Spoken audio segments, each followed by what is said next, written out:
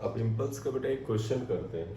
ये क्वेश्चन यहाँ पर लिखा हुआ है, आपसे ध्यान से सुनिए। A ball of mass m strikes a rigid wall with speed v and gets reflected without any loss of speed as shown in figure.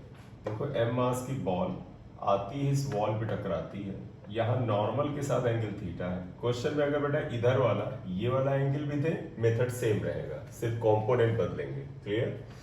तो यहाँ पे थीटा एंगल ये दिया है, कहते हैं यहाँ टकरा के बॉल बगैर एनर्जी लॉस के या स्पीड लॉस के, यानी सेम स्पीड से लौट जाती है, सेम एंगल पे जाएगी, ये बताया है। इन्होंने पूछा है find impulse imparted by the wall on the ball. जैसे मैंने बताया था ना, क्रिकेट में आप बल्ले से बॉल को हिट करेंगे तो जब बॉल जाएगी तो बॉल पे एक इम्पल्स लगेगा। कौन लगाता था? बैट। यहाँ पे कौन लगाएगा? दीवार, वॉल लगाएगी। तो इम्पल्स निकालने के लिए मन में आ सकता है कि एफ डेल्टा टी होता है, फोर्स पता होना चाहिए। नहीं बेटा, चेंज इन लीनियर मोमेंटम निकालिए।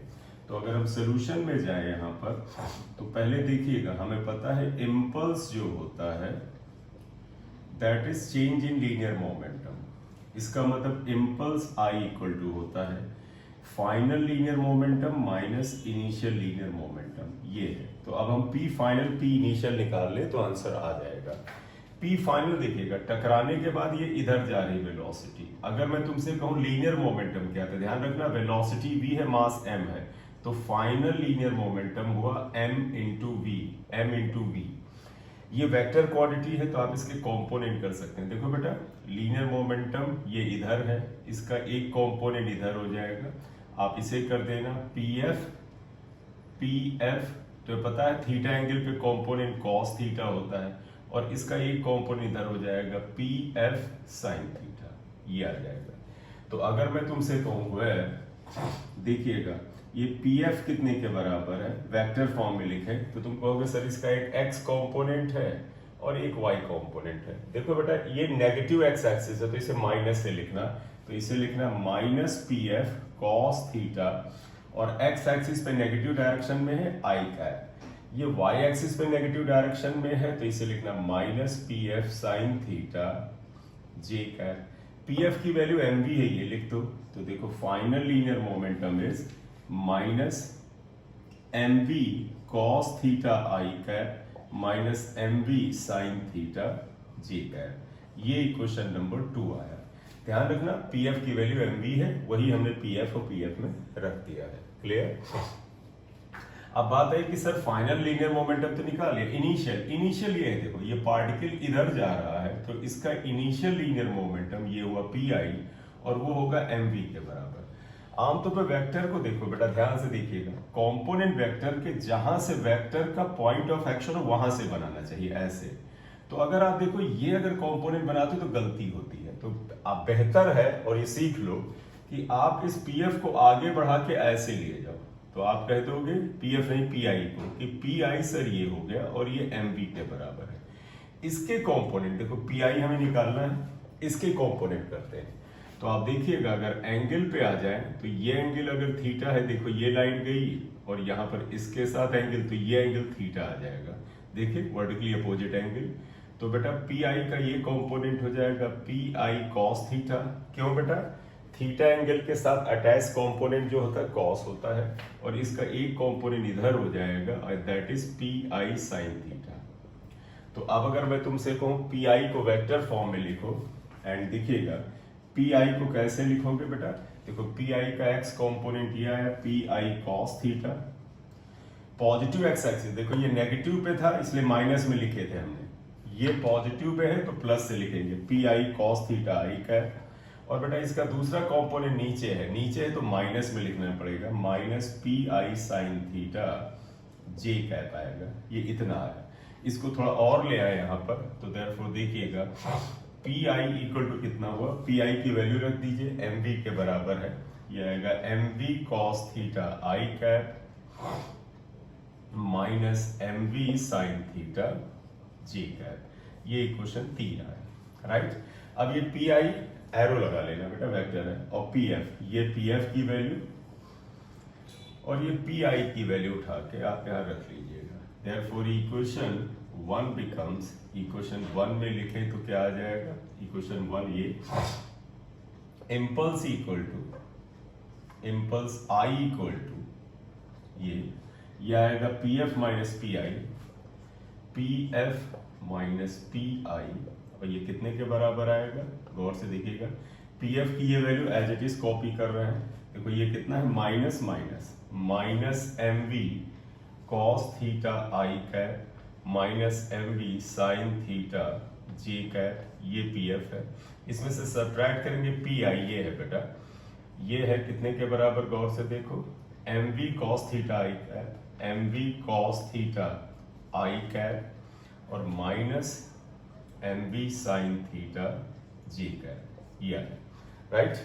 अब इसके लिए थोड़ा स्पेस बना लिया जाए, ये आप इतना समझ गए होंगे। दूसरा ध्यान रखना, direction of force on the wall due to the ball, यानी कि दीवार के ऊपर कितना फोर्स लगाएगा पूछा है, वो हम आगे करते हैं। तो ये है।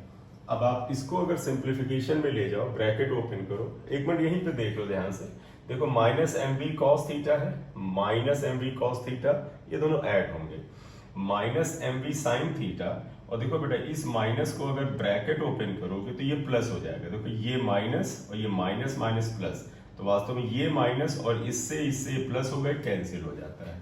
तो यहाँ क्या बचता है, आई इक्वल टू देखो आएगा minus M V cos theta.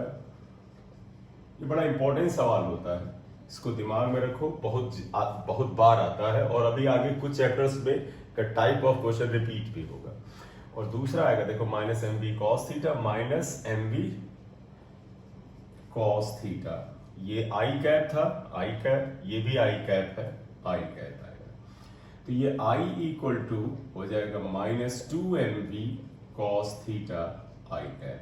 तो अगर आपसे कहें कि इम्पल्स ऑन द बॉल, वो जो बॉल थी, गेंद थी, उसके ऊपर इम्पल्स कितना लग रहा है, तो आप कहोगे 2mv cos थीटा लग रहा है, और माइनस आई कैप बता रहा है ये इम्पल्स किस डायरेक्शन में लग रहा है, नेगेटिव एक्स डायरेक्शन में।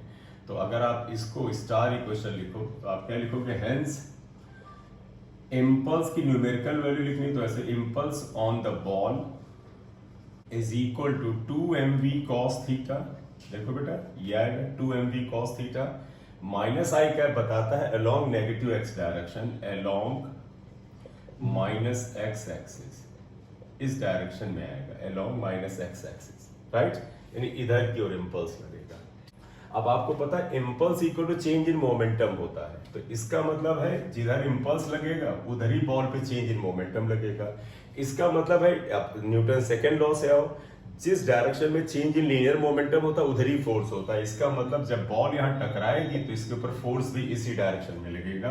तो आप लिखोगे यहाँ पर क्या, क्योंकि अगर आपसे कहें कि किस डायरेक्शन में फोर्स लग रहा है तो कहोगे जिधर इम्पल्स लग रहा है वहीं तो फोर्स लग रहा है, क्योंकि बेटा इम्पल्स है क्या, एफ डेल्टा टी, जिधर इम्पल्स उसी डायरेक्शन में फोर्स। तो यानी ये इम्पल्स अगर ये लगा तो आप लिखोगे since I equal to F delta T, ये होता है, आप इसको अगर लगाओ तो आज जिस डायरेक्शन में इम्पल्स है उसी डायरेक्शन में फोर्स है, हेंस ध्यान रखना बेटा, हम बॉल पे लिख रहे हैं, force on the ball is also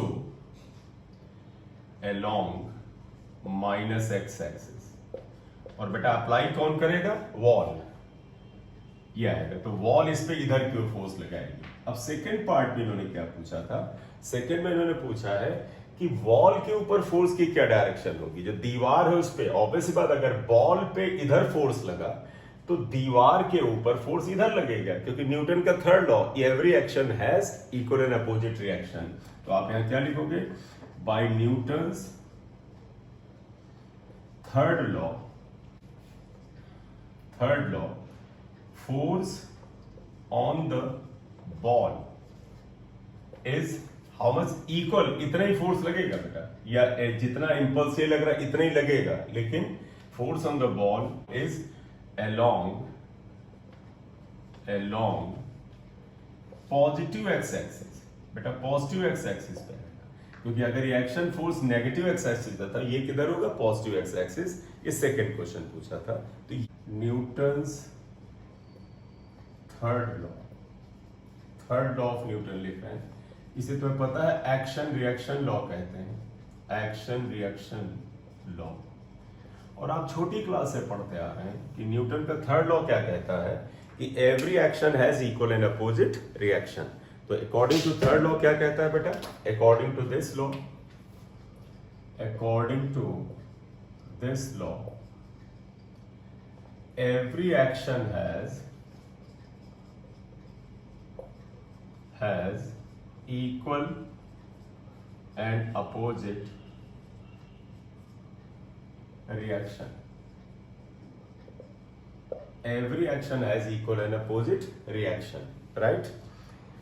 इसका मतलब क्या हुआ, आप देखिएगा, अगर मान लेते हैं दो बॉडी एक दूसरे में टकराती हैं, देखो ये पहली बॉडी है, ये फर्स्ट है, और ये सेकेंड बॉडी है, ये अगर ये दोनों टकराएं, जिस समय कांटेक्ट में होगा तो देखो इस फर्स्ट बॉडी पर सेकेंड बॉडी एक इधर की ओर फोर्स लगाएगी, इसे आप F12 कहोगे, और आप इसे क्या बोलोगे, force on first due to second. तो यहाँ पे क्या होता है, F12 is force on first body due to second body, ये आएगा, राइट। इसी तरह फर्स्ट बॉडी इसके ऊपर भी force on first body due to second. इसी तरह देखो ये फर्स्ट बॉडी इसके ऊपर एक फोर्स इधर की ओर लगाएगी, इसे लिखोगे F21। तो F21 क्या हो जाएगा, force on second body due to first body, पहली बॉडी की वजह से फोर्स आएगा, क्लियर। तो ये आ गया फोर्स। इसमें बेटा एक एक्शन फोर्स होगा, एक रिएक्शन। तो by third law of Newton, by third law of Newton, और तुम्हें पता है बेटा कि दो एक्शन रिएक्शन फोर्स तभी लगते हैं जब दो बॉडी कांटेक्ट में होती है। आप अगर आप दीवार पे एक घूंसा मारिए तो आपको भी चोट लगती है, क्योंकि जितना फोर्स आप दीवार पे लगाते हैं उतना ही फोर्स दीवार आपकी तरफ लगाती है। तो by third law of Newton क्या आ जाएगा, by third law of Newton तुम्हें पता है इसमें F12 जो होगा F21 के बराबर होगा, यानी ये अगर एक्शन फोर्स है, ये रिएक्शन है, तो ये इसके बराबर होगा, ये आता है। और माइनस साइन बताता है कि दोनों की डायरेक्शन अपोजिट है, तो ये बात है, राइट। अब इसमें एक चीज और ध्यान रखिएगा बेटा कि इनमें एक्शन रिएक्शन में एक क्वेश्चन पूछा जाता है, हाँ आप ये नहीं बता सकते इनमें कौन सा फोर्स एक्शन है कौन सा रिएक्शन है, खासतौर पर जब वो घटना घटित हो रही हो। भाई जैसे मैंने दीवार पे कहा मैं मुक्का मारने जा रहा हूं, तो आपको पता मैं एक्शन लगा रहा हूं, जो वापस मिलेगा वो रिएक्शन होगा। लेकिन अगर दो बॉडी ऑलरेडी कांटेक्ट में है ये, तो इनमें तुम अनुमान नहीं लगा सकते हो कौन सा एक्शन है कौन सा रिएक्शन है, ठीक है ना। We cannot predict, we cannot predict which force is action and which is reaction, which is reaction force।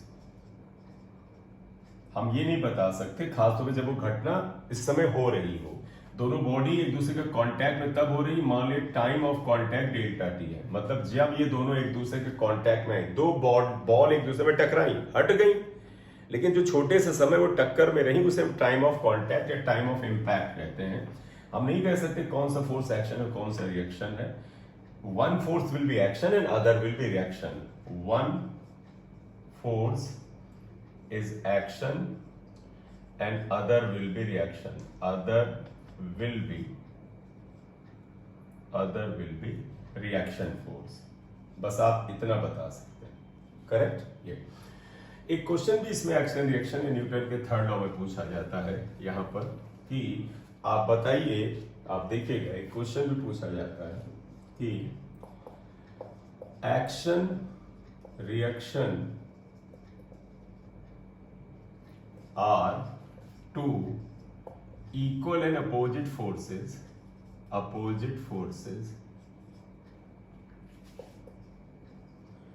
but they do not cancel each other, they do not cancel each other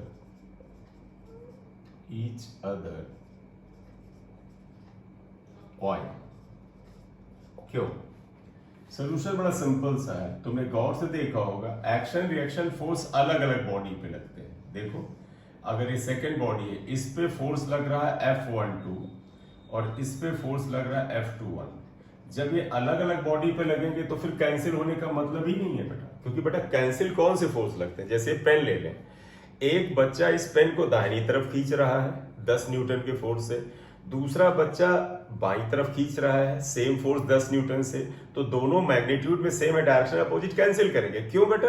क्योंकि एक ही body पे लग रहा है, लेकिन अलग अलग रहा है। मेरे को एक फोर्स इसके ऊपर लग रहा है और दूसरा फोर्स लग रहा है मेरे हाथ पे लग रहा है, तो फिर कैंसिल का क्या मतलब हुआ? तो कैंसिल बेटा वो फोर्स करते हैं जो एक ही पार्टिकल या एक ही बॉडी पे लगते हैं। तो इसका सोल्यूशन आंसर क्या है? Because they act on two different bodies, दोनों दो डिफरेंट बॉडीज पे लगते हैं, इसलिए कैंसिल होने का कोई मतलब ही नहीं है। करेक्ट? तो action reaction are two equal and opposite forces, they do not cancel each other. तो आप आंसर क्या करोगे? Because they act on two different bodies. तो कैंसिलेशन का मतलब ही नहीं, कैंसिलेशन तो तब आएगा जब वो सेम बॉडी पे काम कर रहे हो। ये क्वेश्चन पढ़िए, position x time graph of particle of mass 1 kg। तो आप पहले तो सोल्यूशन में आ जाइए कि मास कितना दिया है 1 kg, कुछ भी मास हो सकता है, ये आएगा। Position time graph of particle of mass 1 kg moving along x axis is shown in figure. ये बेटा ग्राफ बनाया गया कि पार्टिकल का ये ग्राफ है कि कैसे मूव कर रहा था।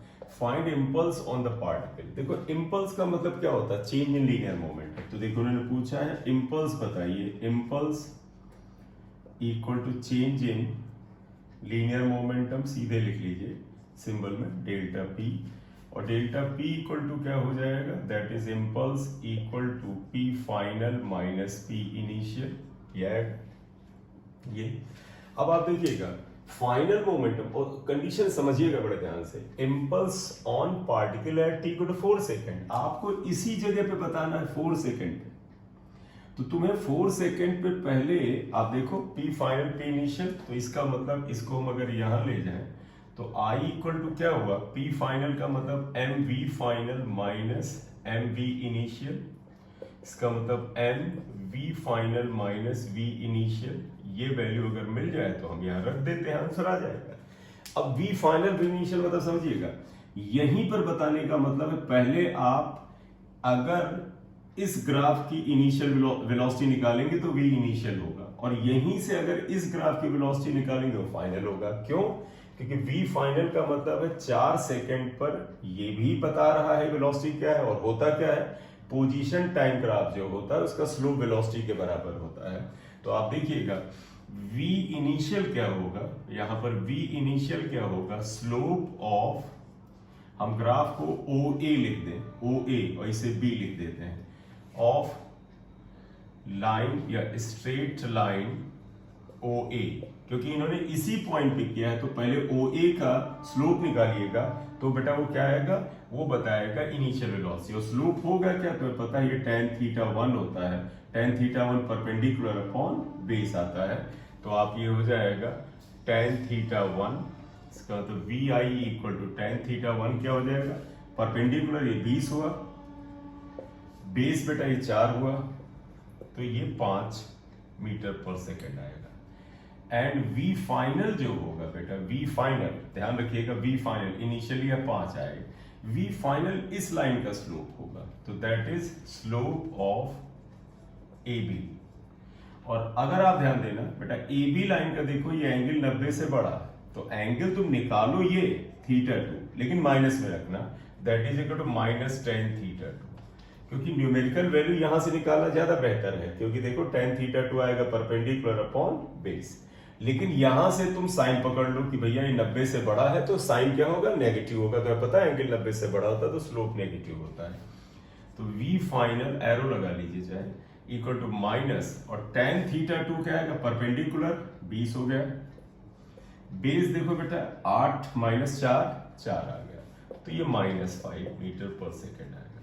V फाइनल माइनस आया, V इनिशियल +5 था, तो बताओ बेटा यहाँ इम्पल्स क्या हो जाएगा? I इक्वल टू m,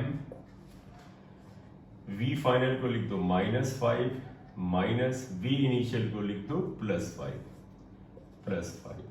तो इसलिए अगर आप देखें तो इम्पल्स क्या हुआ? m की वैल्यू 1 थी, -10, तो इम्पल्स इक्वल टू हो गया -10 यूनिट किलोग्राम मीटर पर सेकंड भी लिख सकते हैं। तो ये -10 kg मीटर पर सेकंड। इंपॉर्टेंट सवाल है, क्यों? क्योंकि ऑन स्पॉट इसमें प्लस माइनस की गलती बड़ी जल्दी होती है। आंसर सही आएगा तो आप प्लस कहीं लिखा सकते हैं, माइनस लिखा सकते हैं। कुछ लोग जीरो कर देते हैं, क्यों? वो कहेंगे वी इनिशियल 5 था, वी फाइनल भी 5 ही निकालते हैं, माइनस का ध्यान देते तो सबट्रैक्ट करके जीरो निकाल देते हैं। तो एक इंपॉर्टेंट सवाल है, इसे नोट कर लीजिए जल्दी, ये आएगा। ठीक है, ये ball of mass m is moving velocity v towards a player stops the ball, then find impulse imparted by the player। मान ली ये वेलोसिटी ये थी, क्योंकि मास m है, वेलोसिटी v है, इसे प्लस मान ले रहा है। तो अगर आपसे कहा जाए इम्पल्स, तो सभी को पता है बेटा इम्पल्स I इक्वल टू होता है change in linear momentum. Change in linear momentum क्या होता है बेटा? Final linear momentum minus initial linear momentum. Final क्या होगा? mv final minus mv initial. m common ले लो, v final minus v initial. इन्होंने क्या बोला है? स्टॉप्स, प्लेयर उसे रोक देता है। तो यहां पर देखिएगा ये जो v है ये वास्तव में v इनिशियल है एंड v फाइनल जीरो है क्योंकि रोक दी जाती है। तो आप देखिएगा m v फाइनल को आप क्या लिखोगे?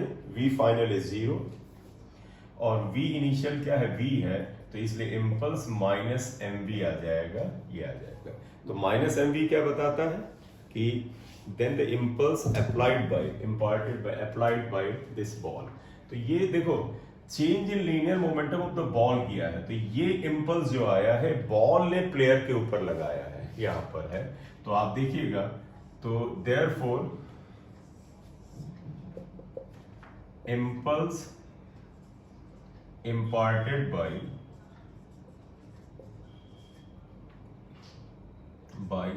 the player, वो क्या हो जाएगा? प्लस mv हो जाएगा, क्योंकि उसकी डायरेक्शन अपोजिट होगी, क्योंकि every action has equal and opposite reaction.